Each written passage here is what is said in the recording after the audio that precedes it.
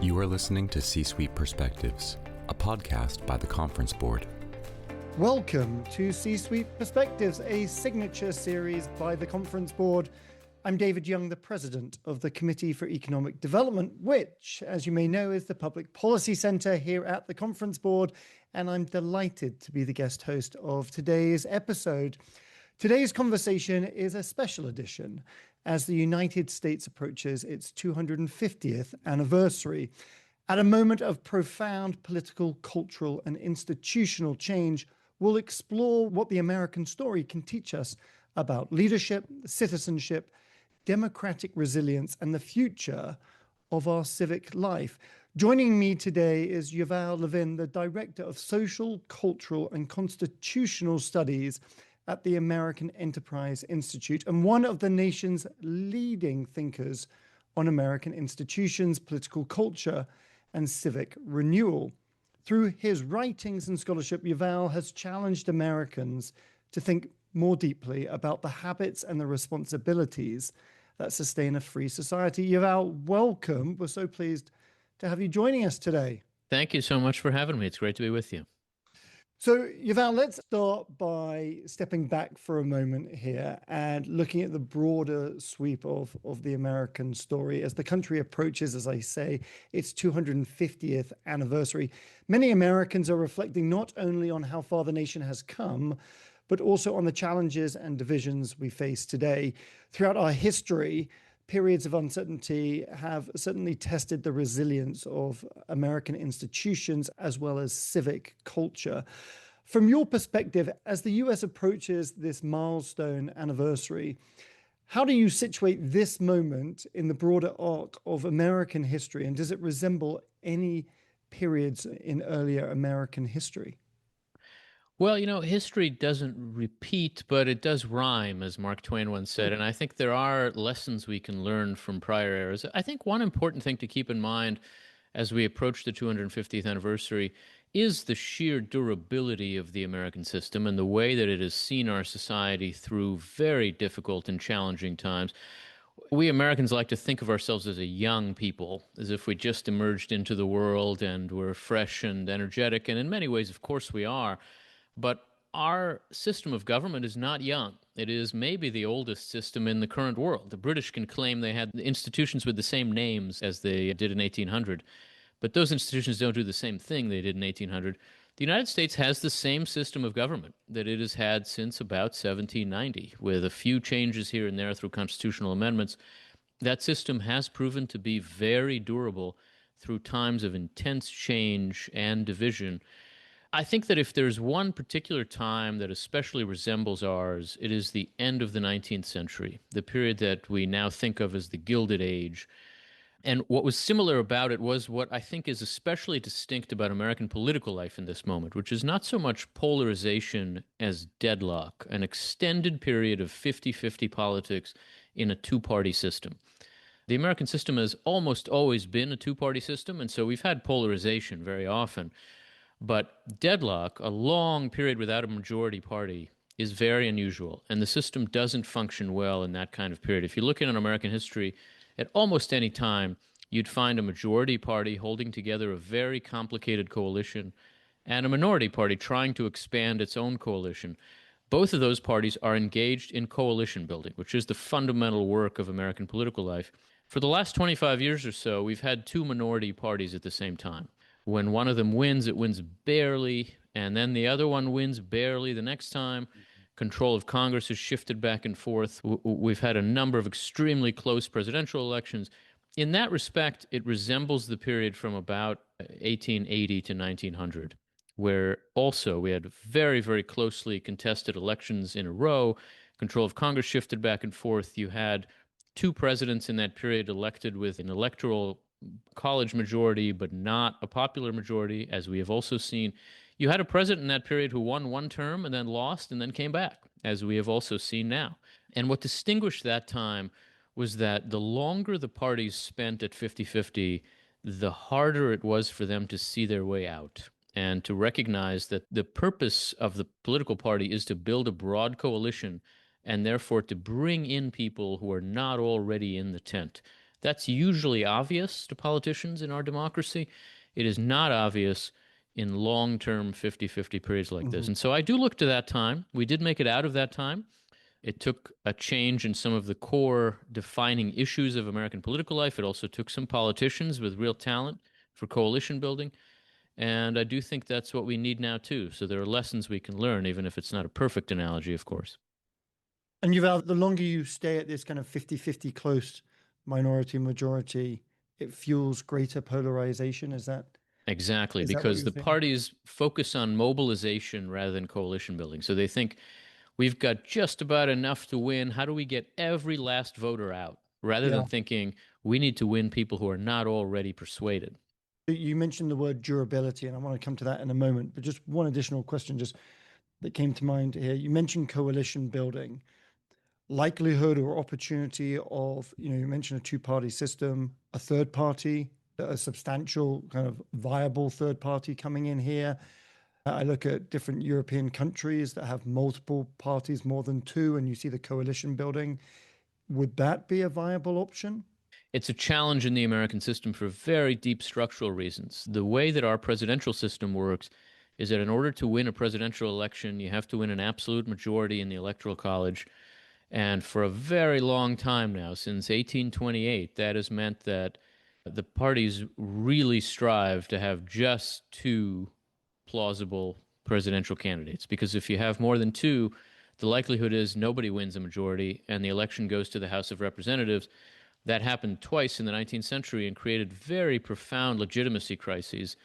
And since then, it's almost been the purpose of our party system to make sure that there are only two plausible presidential candidates, and the rest of the system is built up around that. Now, there is coalition building. A lot of what happens between parties in the European systems happens within parties in the American system. And the parties are themselves very broad coalitions. And that then helps them to form politicians who are good at building coalitions. But that entire system is not working well in the 21st century. The primaries encourage the parties not to be coalition builders, but to seek ideological purity. That in turn selects for people who are not coalition builders. They fill the system, and you find polarization growing. So there's work to do. I think there's political reform to do in terms of how the parties choose candidates. There's reforms of Congress that are necessary. But I think we have to see that ultimately the goal is to create incentives for coalition building. That's the only way that a democratic system can operate. And it is also how the American system normally does operate. So it's certainly doable in our system, but the possibility of it has become invisible to us the longer we spend in this 50-50 place. Yeah. Yuval, you mentioned, as I said earlier, durability. When you look back at the founding era and you kind of evaluate or take a look at the habits, the values, the form of leadership, and you put that in the context of durability, are there certain habits, values, forms of leadership that jump out to you that form the foundation of what has made the US system so durable? And also, related to that, are there areas that we've lost that form the foundation of durability that we actually need to recover? I think it's a wonderful way to put the question. And I would say one thing that stands out about the American system is the importance that it places on distinct offices, creating or forming and encouraging distinct kinds of character in the people who hold them. There is such a thing as an executive type and an executive set of virtues. There's such a thing as a legislative type and a judicial type. And I think one thing we have certainly been losing in 21st century America is the formative power of offices to create those distinctions. And so people understanding and channeling their ambition through the office they hold, understanding success as legislative success or executive success, doing the job well, rather than understanding success as building personal, individual prominence, building a personal following, building a personal brand. More and more, our politicians incline in that direction toward understanding the institutions of the system as platforms for their own personal prominence and a way to build their own brand so that you run for Congress to build a big social media following rather than the other way around. And the judiciary so far has mostly been able to remain immune to these pressures, and judges are still judges. It's a very distinct office. You wear a robe and you behave a certain way, and that's still true for most judges in our system. But both legislators and executives, especially at the national level in America, now function as kind of performers on social media and in the kind of political theater of our culture in a way that is not connected enough to the actual character of the office they hold. And I think that kind of virtue, a distinctly Republican, small r Republican virtue, is what we need to recover today. Yeah, interesting. Yuval, you've written extensively about the importance of institutions, not just as structures of governance, but as formative places that shape character, responsibility, and civic behavior. Some of this you've already touched on. Today, I think many Americans feel disconnected from institutions that once anchored civic life. I also think trust in institutions, government, media, higher ed, business, and other institutions has declined significantly. While, as we also mentioned, polarization continues to deepen across the political and cultural lines. I'm really curious as to your thoughts and reflections on how did we get here and what would it realistically take to rebuild the trust. We did a webcast, as you'll remember, a couple months ago, and you had this amazing line that has resonated deeply with me, which is, we've forgotten how to disagree. I'm curious if that plays into your answer here, as well as different forms of communication, notably kind of how I feel like politicians are communicating today, which is via social media platforms. So really curious to get your thoughts on where we are with trust. How did we get here? How do we rebuild it? Yeah, absolutely. I think these things are very closely connected.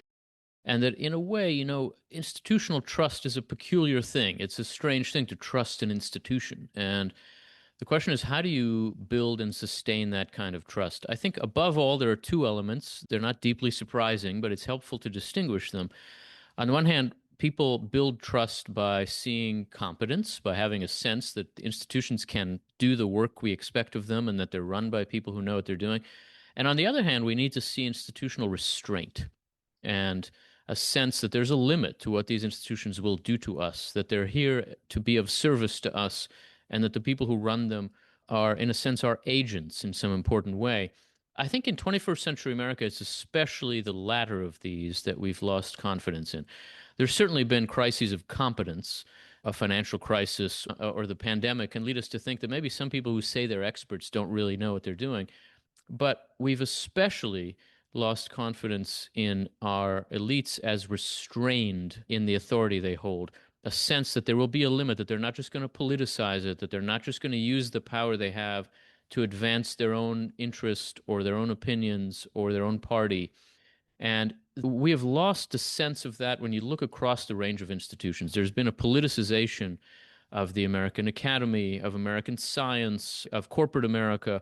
And there's been a sense also in our actually political institutions that too many of the people who we entrust with power are pursuing their own interests rather than the work assigned to them by the institutions.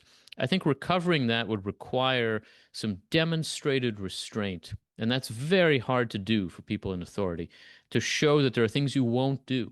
I think, for example, that presidents of the United States in the 21st century would really benefit by saying to the public, I would like to do this, but I need Congress to do it with me. That's something that our presidents have each, for a second kind of said, and then they do it on their own and leave us with a sense that there are no constraints, there are no limits on what they can do. They set themselves up for failure when they do that because they can't actually do it on their own. And to claim that they can is only to assert for themselves a goal they can't achieve. But more than that, they make it hard for us to trust them.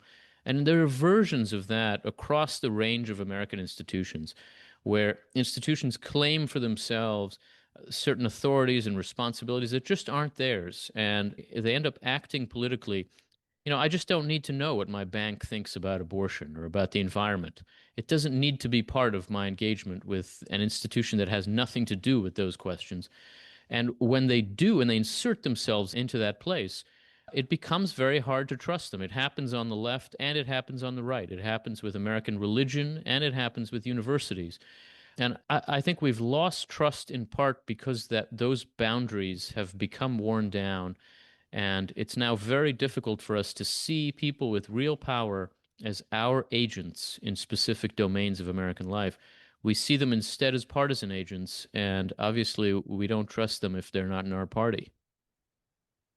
Yuval, how do we do these days around voicing our disagreements? And maybe connect this a little bit to the chat we were having earlier in terms of social media. Yeah, I think we do very poorly at it because we've come to think about disagreement in what strikes me as the wrong way. A lot of Americans who care about politics and are engaged with it now feel like we're very active politically. But actually, most of what we do is surround ourselves with people we agree with and spend a lot of time talking about people we disagree with. And we build these cocoons. Social media makes this very easy to do. You spend all your time affirming yourself and affirming your views by constantly hearing from people who share them.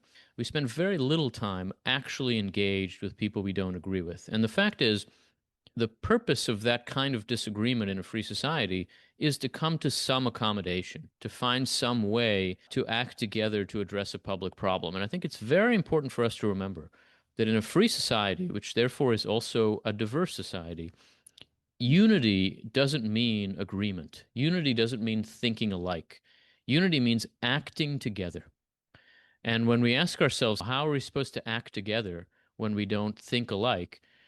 If you look around at our political system, it is meant to be an answer to that question. The purpose of the American Constitution and of the political framework of every free society is to answer the question, how are we supposed to act together when we don't think alike? And the answer is negotiation, it's bargaining, it's competition, it's accommodation of various sorts. It's a kind of constructive tension that ultimately is what our politics is supposed to be. We now think we can't act together when we don't think alike. We think the disagreement is the end of the story and that it's a failure of democracy. But disagreement is inescapable. In any group of free people, there's going to be a lot of disagreement.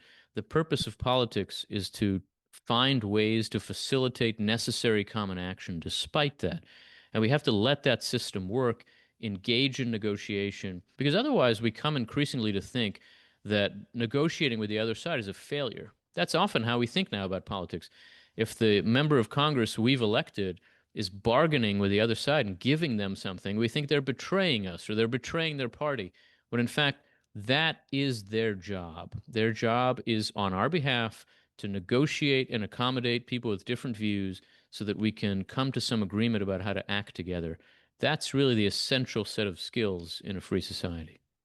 Fascinating. Final question before we take a break. Looking over the next decade, what do you think are some of the most significant tests facing both American democracy and civic life? I think the question for us is whether this moment of frustration, which is very widespread, can be translated into a period of political reform. Not fundamental reform, we're not giving up on our Constitution, but practical reform. We have to ask ourselves, how can Congress work better? How can our party system work a little better? How can the distinctions we draw between state and local responsibilities make a little more sense? The American people have always engaged in ongoing reforms of this sort. We've always done the work to help our institutions work for us. And I think we now feel so stuck that we've lost the sense that we can turn those dials, that we can make some adjustments to help ourselves operate better as citizens. The big question for the next decade is whether this can be a decade of political reform, because the frustration is so widespread now. The sense that things aren't working is almost universally shared. And the question is, do we translate that into a rebellion against our system where we throw away what it's enabled us to do? Or do we turn that into a recommitment to American political institutions that allows us to reform them? It doesn't have to work this way. I think the motto of any successful reform effort in the next 10 years could be, it doesn't have to be this bad. It can't be perfect. It's always going to have problems, but it doesn't have to be quite this bad. Whether that's the financial system or whether that's the political system, we can make adjustments. But that does require building coalitions for common action despite our differences, and that's why it's a big test. Yeah, that's an encouraging way to look at the next decade. Can it be a decade of political reform? Is it the fact that we throw it all away, or do we recommit? We're going to take a short break. Be Right back with more of my conversation today with Yuval Levin. What does the future of work mean for your employees? How will your company navigate the future of AI? Will there be a global recession? At the Conference Board, our experts translate the latest research and economic analysis into insights and real-time problem solving for your organization. Membership at the Conference Board provides your team with an assortment of knowledge from economics, marketing and communications, governance and sustainability, public policy, and human capital. As a member, you'll have access to our center experts, member-exclusive events, data and benchmarking tools, and peer sharing that will help you understand the present and shape the future. Consider becoming a Conference Board member today by visiting www.conference-board.org. Welcome back to C-Suite Perspectives. I'm your host, David Young, the president of the Committee for Economic Development, the Public Policy Center of the Conference Board. I'm joined today by Yuval Levin, the Director of Social, Cultural, and Constitutional Studies at the American Enterprise Institute. One recurring concern, Yuval, today is whether our political and civic culture still reward the kinds of leadership qualities that democracies depend on. What jumps to mind? Prudence, courage, restraint, and the ability to build consensus, coalition building, as we were speaking about earlier. At the same time, many Americans feel the country has become increasingly fragmented, making it harder to sustain a shared sense of national purpose. Do our current political and civic systems still encourage leadership, Yuval, or do you think they're increasingly discouraging it? I think it's a great way to ask the question, because to talk in terms of encourage and discourage is to speak in terms of incentives. And that is really the ultimate Madisonian insight about political institutions, is that you get what you incentivize. And therefore, you have to ask yourself, what does success look like in this system? Think about Congress. Congress is full of ambitious people, very smart and able men and women. From a distance, they sometimes look like clowns, but I will tell you, from close up, these are serious people who are trying to succeed. And the question is, what does succeed look like? We've created a set of incentives now in Congress where success looks like celebrity. It looks like having a huge public profile, rather than success looking like effective legislative action, or, as we've said, coalition building, ways of bringing practical benefits back to your constituents that you can point to. It's not even how we think about success anymore. And it seems to me that that means that when we ask ourselves how to fix the culture, we have to think in terms of concrete incentives. To just say we need to change the culture is basically to say, I don't know what to do. How do you change the culture? And the answer is, you change the culture by changing incentives, which then changes behavior, which can change expectations, which changes culture. The practical change you can make is incentives. It is institutional design. And so for me, that points to thinking about changes, for example, in how our political parties choose candidates. The primary system is a very bad fit for a polarized society. And you have to ask yourself, is there a way that might encourage more broadly appealing candidates who could build broader coalitions, moving away from simple party primaries in the direction, for example, of ranked choice primaries, as some states have been starting to try, I think is one way to think about what that could look like. And our system allows for a lot of experimentation. It's very decentralized. We should be trying things. The key to that, oddly enough, is for the political parties and the people in our system who have authority to make these kinds of changes to see that it's not working. Their job is to win big, to build broad coalitions. They're not currently doing that, and they need to recognize that they're failing, which is harder than it might seem. I think more generally, incentives that allow us to see that coalition building is the way to win rather than the way to compromise or surrender are the kinds of incentives we need to be thinking about when it comes to changing Congress and the state legislatures, when it comes to thinking about our political system. It is ultimately really about the incentives we create. Would you throw term limits in there as well as one of the things in this broad bucket of incentives? I really don't think so. So it seems to me that when you think about term limits, essentially what you're doing is, first of all, you'd have to say the biggest problems are created by the people who've been there the longest, which I actually don't think is quite right about our political system now. And secondly, It seems to me that there are always going to be people who endure through elections and who ultimately have the institutional memory and the capacity and the power that comes with it. I would like those people to be elected officials rather than bureaucrats or lobbyists or people who are not accountable to the public. And so it seems to me that term limits ultimately end up being a way to empower those other people, the unelected people, the bureaucrats and the lobbyists, at the expense of the power of actual accountable elected officials. So I've never been drawn to term limits. I don't think that's the right way to think about what's wrong with our system. Our system shapes people within it over time. And even now, you can see a pattern of members of Congress becoming more inclined toward legislative work and coalition building over time. They come in unready for the work, and I don't think term limits would help us get them ready for it. Yeah, interesting. Let's take a moment to look forward around the topic of kind of renewal and citizenship. The founders placed enormous emphasis on civic virtue, personal responsibility, and the obligations of citizenship. But today there's this ongoing debate about whether Americans still share a common understanding about what citizenship requires.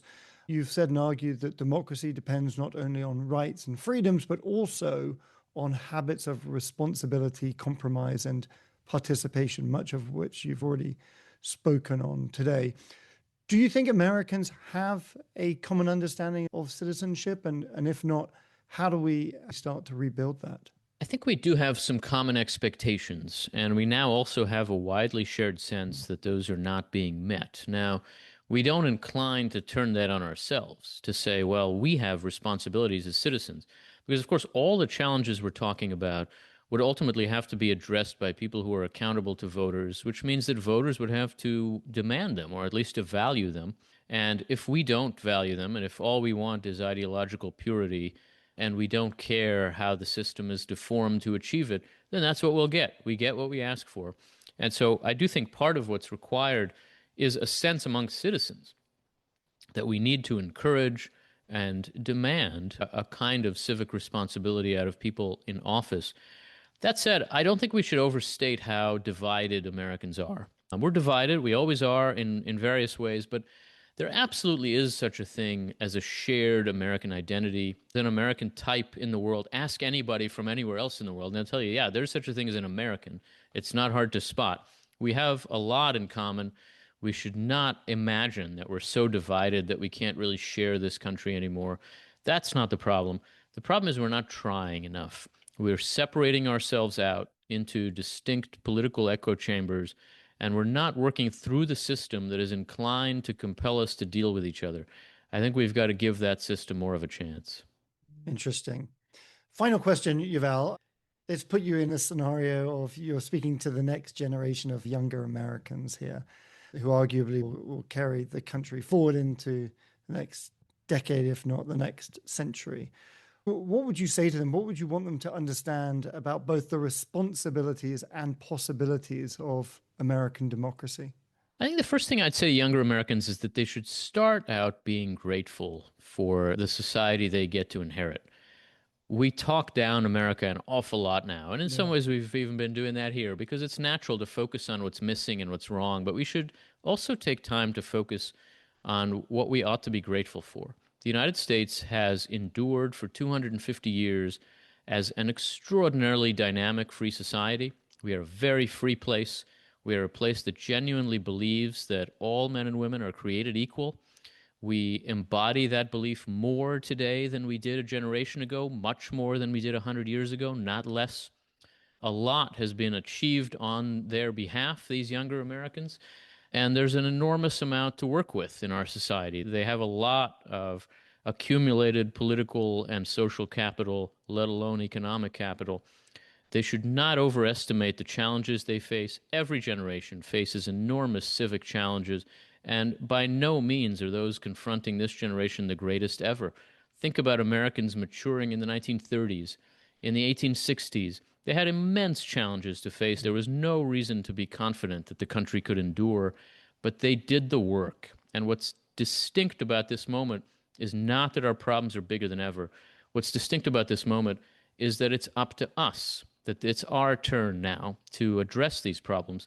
And that's especially the case with younger Americans who have to take ownership of their common future, to say we and us when talking about this country, and to recognize that the benefits they get without necessarily having earned by simply being Americans also come with responsibilities they get without necessarily having asked for.